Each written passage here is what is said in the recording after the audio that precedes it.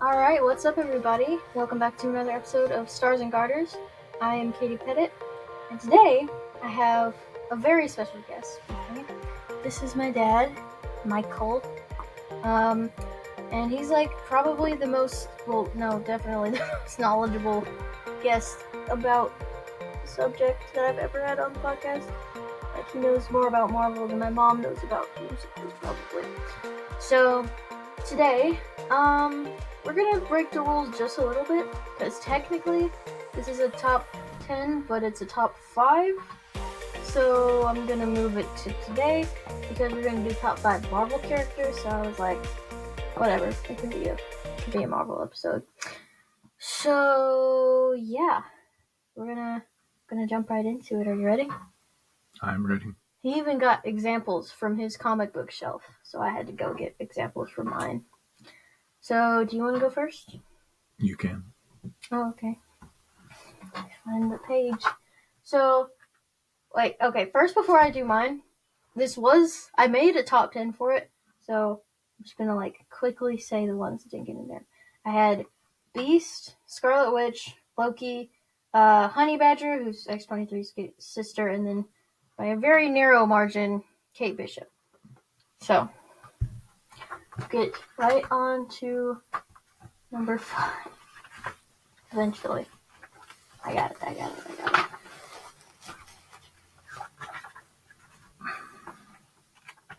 It's fine, she's in here somewhere. So basically, while I find this, I will tell you that my number 5 is Kitty Pryde. So, what is that face? You like Kitty Pryde.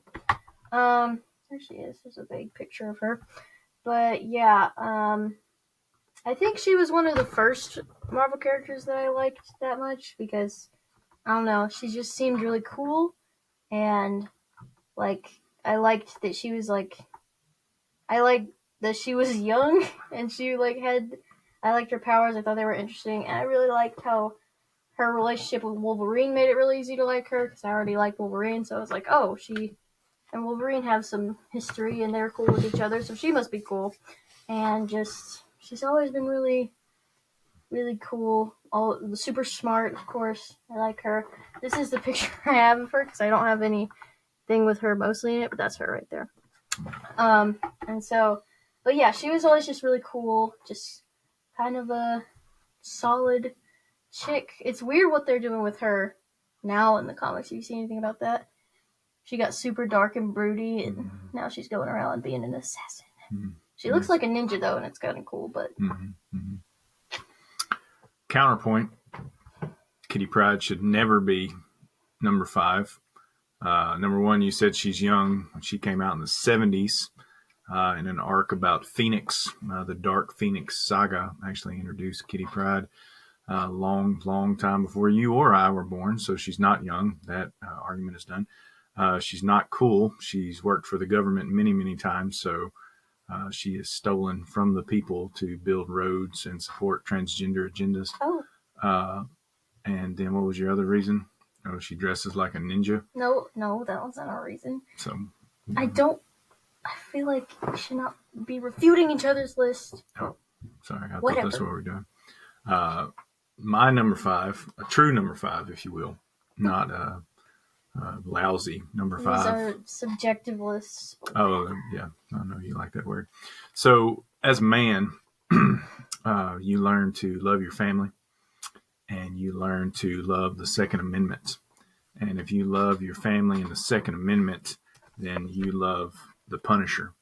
Because what the Punisher does is the Punisher loses his family thanks to the mob, depending on what story you read. But the original story was the mob kills his family, and he uses his Second Amendment rights, as you can see on this cover of this nice omnibus I have, to kill everyone because they deserve to die. And then after he killed everyone, he started killing other people because they too deserve to die. And there have been many great comic book adaptations of the Punisher. The current one is garbage, and they should be ashamed of themselves. They even changed the Punisher symbol because they said the classic Punisher symbol was offensive and triggered some people, which proves the world is going to hell. I mean, like, yeah. Okay. I don't know. I know barely anything about the Punisher, so I'm gonna assume. He would kill all your favorites. Cool. Would he kill number 4 though? Because my number 4, is Deadpool. So here's a picture of Deadpool from a comic that I have. He doesn't have 2 heads if you don't know. He's just looking 2 directions. So yeah, Deadpool, like, I don't know. I would understand if you don't like Deadpool because he says bad words a lot. But just for the record, in the comics, it's much easier. It's much tamer because first of all, they usually dash them out. In the comics I read, they do, and then second of all, they're just not as there in the comics. But he's just a very enjoyable character. He's not. What makes him enjoyable? He's just very funny. First of all, obviously, he's very, very funny. And then what makes him funny? He says funny things. Such as? He says, he just is a little offbeat. Very offbeat, actually. And he's very, he just says whatever he wants to say. No matter if it should be there or not, he just kind of says it. So he sparks a spirit of rebellion in you? No. He's just... This is what you want to do? You want to say whatever you want to say? No, he's just really funny. And, of course, he's his powers are all... He doesn't have that great powers because he's, all screwed up. I mean, they're really powerful, but they're not particularly. Do you know how he got his powers? He had cancer, right? So he injected himself with them. His mutant power was latent, and it only came up when he started dying of cancer, and Weapon X ran him through a series of tests. Okay, I thought he which accelerated his healing factor, which is technically his only power. Right, so now he looks like a really messed up boy. He looks like a pizza vomited on itself. That's a good description of it. But he's just, he's a fan favorite for a reason. He's just he's probably not a great person, but he's just so... I have the original Deadpool miniseries before any other Deadpool comic. I have the first 4, and he was a very troubled soul, and in that series, he wonders if he can be better, or if he's just doomed to be the wretched soul that he is. Wow. It's nice to have someone who, definitely knows what they're talking about with this one. I'm sure you do. All right. Number 4. If you've ever been a nerd who was picked on by mean people, you will sympathize with my number 4 character, who was later bitten by a radioactive spider and went on to save the world countless times, even though it was a very tough job. Because with great power comes great responsibility, and that would be Spider-Man. I highly recommend anyone read this book. This is one of the greatest trades of all time for Spider-Man. This is J. Michael Straczynski. He actually went on a big-time run, but this was the first, and it was great. Wonderful art there, as you can see. Peter doing what Peter does best. Also, Katie, you'll appreciate this came out before you were born, about 20 years before you were born. However, you meet a man who is the precursor to the first person that starts the Spider-Verse. So 20 years ago, they were planting seeds for the Spider-Verse, and it all starts right here with a man named Ezekiel that tells Peter that he's part of something much bigger than he ever dreamed. So Peter Parker, the everyman, the nerd who was bullied, who uses his intelligence and his newfound powers to stick up for those who can't stick up for themselves. So unlike Deadpool, who takes advantage of the weak and who ruins people's lives, Peter tries to build them up. And as a person who was a nerd and who was bullied, but later grew into immense strength and is able to break all the bullies' faces now, or any man who would talk to my daughter, I highly recommend Spider-Man as my number 4. They're very good at this. You say a lot of words that make sense. Okay, so I know you're not gonna be mad that this is you are gonna be mad that this is on my list. I see it's Hugh Jackman, who is not a Marvel character. You just like him because he is ripped to shreds. That is not this list, and that is not even true. The guy is old. Anyway, so originally I would have said this is my number 1 character, and I do know, I know a lot more about her than I like any of these other characters, and I have more of Is her this top comics. 5 females in comics? No, Deadpool was just on there. Okay. You seem to be saying a lot of females. Because I like females Yep. in comics and to read about them. So, but they're weaker and less important than the males in comics. I don't know about the less important. Okay. Anyway, so I would have said this is my number 1 most of the time, and it's just some of the characters are, I don't know, they just have more going for them than she does. But my number 3 is X-23. And I just, she's so cool. I was like not too old when I first found out about her. I think I first heard about her. I think I said this before in the episode I did about her, which you should watch because nobody watched that one. But I think I first heard about her in from Marvel vs. Capcom 3. Like, I think that was the first time I ever saw her. And because I was kind of, like, pretty young, like, at least younger than I am now, like, maybe 13 or something. I don't know. I was like, oh my goodness, it's a girl Wolverine. That's the coolest thing ever. Because, like, Wolverine was already cool. And I was like, girls are cool. So girl Wolverine, coolest thing. And so then you got me an X-23 comic for Christmas. And then I was just like, it's all coming together.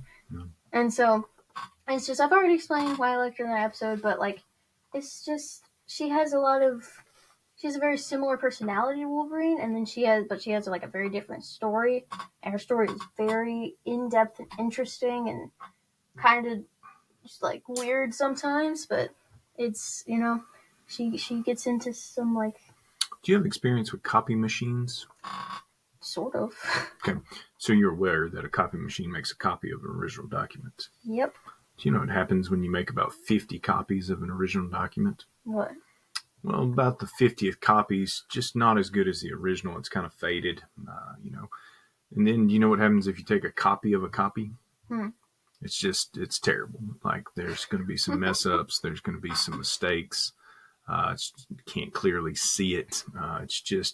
It should be wadded up and thrown in the trash. And that's what should happen to X-23 as a person. She should be wadded up and thrown in the trash because... as one of my dear close personal friends, Judah Eiler, once said, oh my goodness, feminism ruins everything. I don't think he said that. And he also said women are the worst and they are what's wrong with America. And X-23 embodies that because you had Wolverine, the great comic book character that he was. They killed him to pop a rating, as it were. And instead of just coming up with a better story, they decided to create a female version of him. Hold up. She was created way before he died. And her story, she is so different than he is. She's not just a copy. She has claws. She says she's the best she is at what she does. She rages against her rage.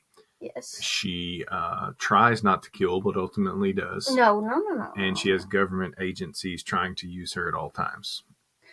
Okay. You know what I described? Wolverine. But she was made from a damaged sample, so she's not, like... I agree. She only has 2 claws, 2 on her hands and 1 on her foot. Wolverine does not have a foot claw. Thank you very much. She beat Taskmaster. Never needed a foot claw. She beat Taskmaster with her foot claw. Thank you very much. That's because a woman wrote that. Actually, it was Tom Taylor, so... Thank you. I think Tom's transitioning. Oh, all right. I am still talking. Is this my number 3? Okay. My number 3 went a little outside the box as well, just like you did. You picked garbage, and I picked something a little different. I just want to give a shout out to Nightcrawler. Nightcrawler, as a kid, really stood out to me. He was different looking. He had a different power, very different than the normal superpowers.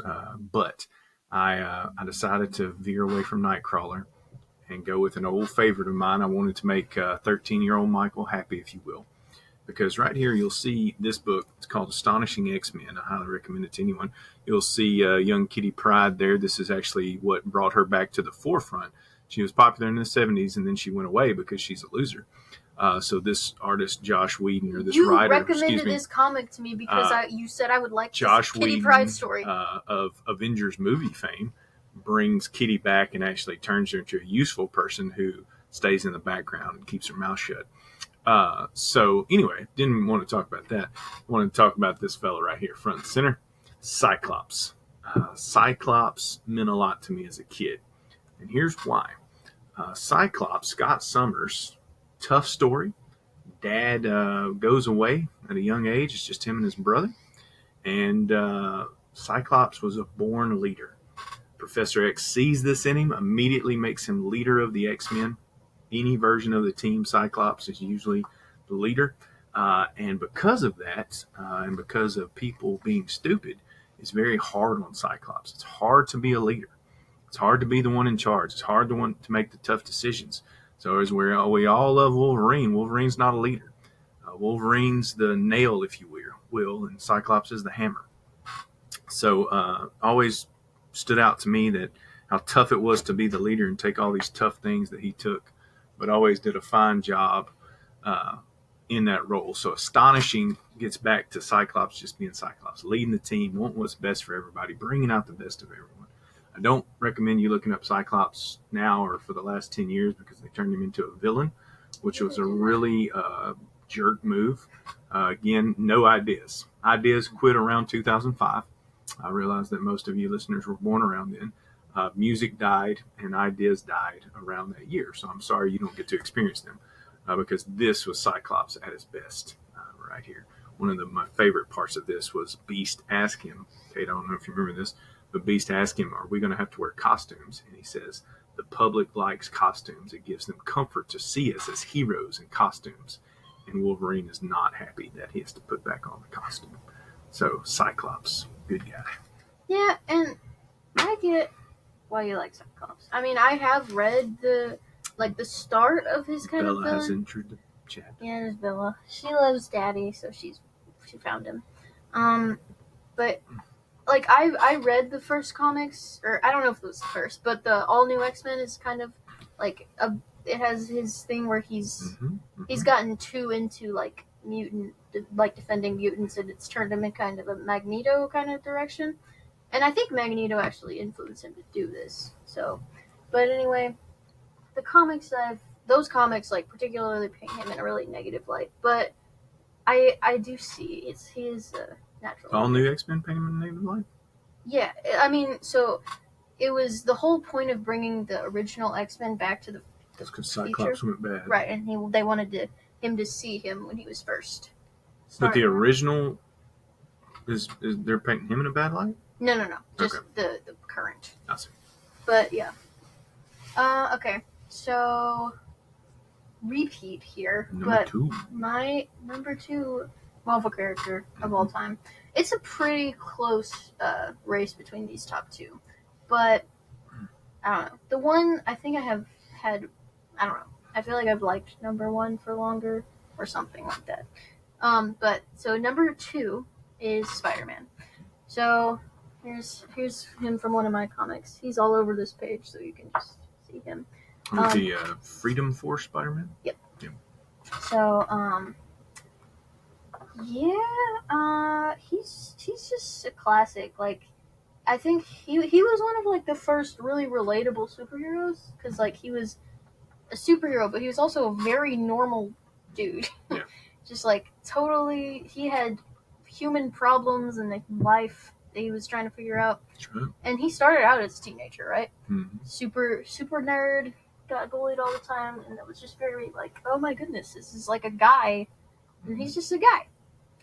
One of the things that stood out to me about Spider-Man as a kid was his costume would tear. His costume, because he made it.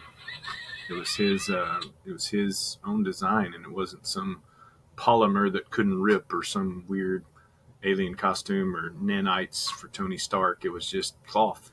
So he would get into a battle and his costume would be shreds because he was the everyman. Yep. That's like one of his biggest appeals. Is just he's just a guy, and like it makes sense that makes him a fan favorite because it's like, you know, you want to be able to relate to a superhero because it's like it just makes you feel good. I've lost a lot of good comics over the years, and one old comic I had, it was an old What If from the 1900s, and Spider-Man gets the power cosmic. So he's all powerful. He has all the cosmic power. And so at the end, he does all the good, and he's really helping the world with his cosmic power. And he questions, like, I should just keep this. I can do all the good with this power. But in the end, he has the discussion with himself, and he says, no, this is too much. No one can have this much power. No one can do, only do good when you're all powerful. And it was just a really good kind of, he knows he can't do it. He knows he'll mess something up, so he gives it up. I wish I still had that one. Yeah, but Spider-Man. Oh, my number 2. Great. Tough. 2 and 1 were very tough for me. Had to do a little thinking. I thought almost 45 seconds to make this decision. So I went ahead and did it. There's really no real order, but I went ahead and went with Cap. Cap just stands out to me. He always does what's right. He fights for America. He fights for the little guy, if you will. He comes from little guy beginnings. He knows what it's like, and he knows now how to stand up to those who would hurt people, man. That's my favorite thing in the world, is someone who will stand up against someone who would hurt people.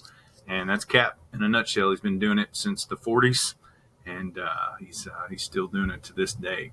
I appreciate writers who keep Cap true to his core. There's a very famous scene in the Avengers movie where Black Widow tells Cap to set out a fight between Thor and Loki. And she says, Cap, you should sit this one out because these are gods we're talking about. And Cap says, there's only one God, ma'am. I'm pretty sure he doesn't dress like that. And I was listening to Josh Whedon, the guy who wrote the X-Men book, he directed that movie. And he said, I'm an atheist, which I'm sorry for him, and I certainly hope he gets saved by the gospel of Jesus Christ. But he said, I'm an atheist, but Cap's not. And that's why I wrote that line. So it was just the idea of making sure Cap stays Cap. He's going to be Captain America no matter what's going on around him.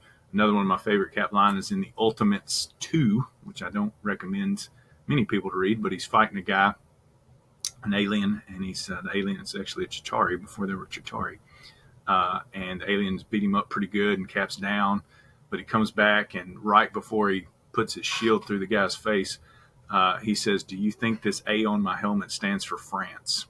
And then he chops the guy's head off with his helmet, or with his shield. So one of my favorite lines. But anyway, Captain America, if you love Captain America, you're right. If you don't, you're wrong. That's not how that works. Okay. Yep. All right. We're already at number 1. Whoa. Drum roll. My number 1. Number 1. The man at the forefront of the X-Men encyclopedia, Wolverine. Yes. See, I mean, by the way, I own an X-Men encyclopedia. Mm-hmm. I saw this in a bookstore, and I was like, that's right. I want that. So this man, he has, just for the record, he has his own little section, like, close to the beginning of this, and then he has a whole other, 7-page long section in the back, just dedicated to him. That's right. Like, he's just, I don't even know how to describe it, because, I've said before that I like X-Men comics more than Avengers comics, and he just is always there in X-Men, and he's just, so important to the X-Men universe, sort of, and to the Avengers as well. He's been in the Avengers before, and he has connections with most of the Avengers, and he's just been around so long, and it's pretty hard to make him not just so cool, because he's got that his powers are awesome. First of all, the healing and the claws are just very cool, and then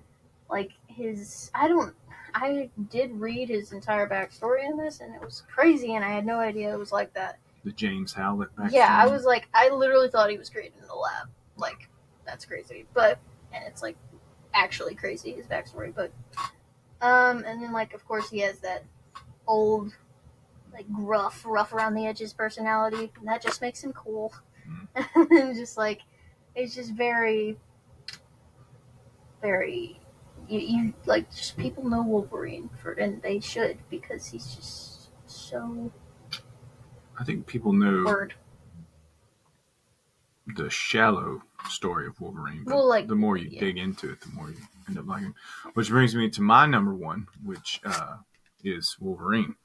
Now, I will take a different angle than Katie did, because whereas I have the books with him in the Avengers and I have the books with him on the X-Men, obviously I even have a book with him on X-Force when they formed a paramilitary group that carried out the X-Men's dirty business, like they were a night group that would go kill people because they were the ones who would. Funnily enough, X-23 and Deadpool in that team, so Katie likes murders. But this book is a part of a 3-part series. It is my absolute favorite Wolverine story. It's called The Brotherhood.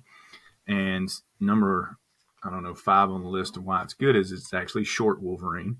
It's not Hugh Jackman's 6'5" Wolverine. That's not the way it was. Part of the story of Wolverine is that he's a small guy. He's like 5'3", right? Yeah, he's got a little man complex. He's pugnacious, as it were. Most of you don't know that word, so you should look it up.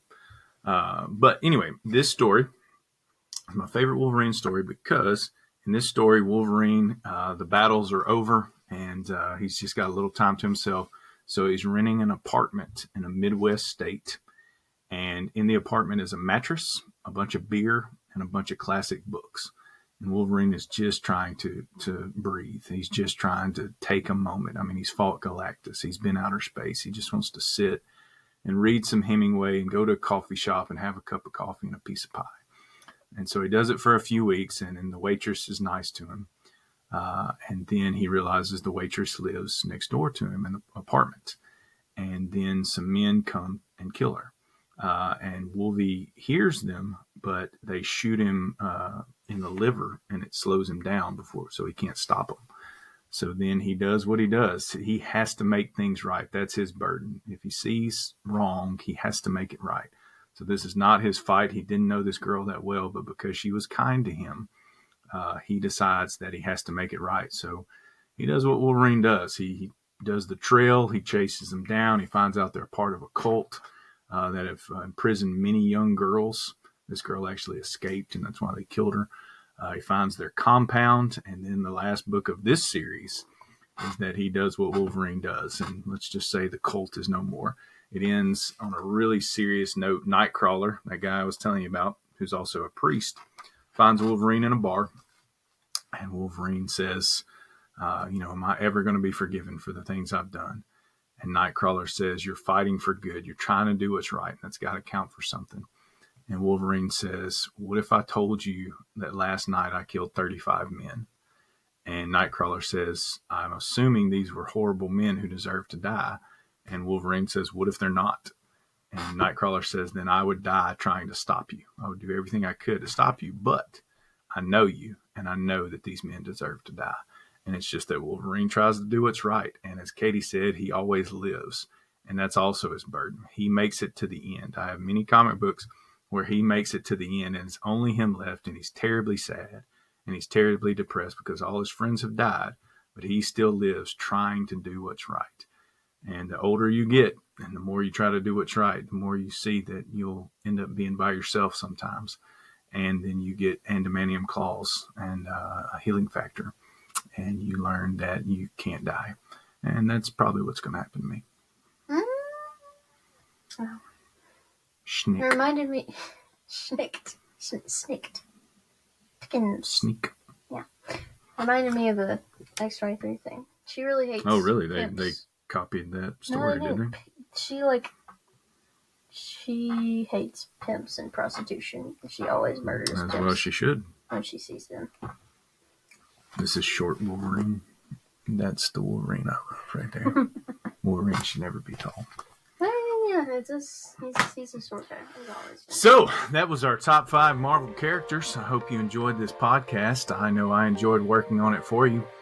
We've been wanting to do this for a while, and Katie hasn't let me because she knows that I have more charisma than her. And I really hope that you enjoyed it. I don't believe in any new words. Yen's words died in 2005. So we hope to come back. One of these days, she's going to do a very special episode on a man I adore, Mick Foley, and his autobiography, which is my second favorite book of all time. So shout out to Philip Slaughter, who once read that book because I asked him to, and he truly hated it. So yeah, looking forward to that. So once again, this has been Stars and Garters. Follow me on SpongeBob. I'm Katie Pettiette, and this is Katie Pettiette.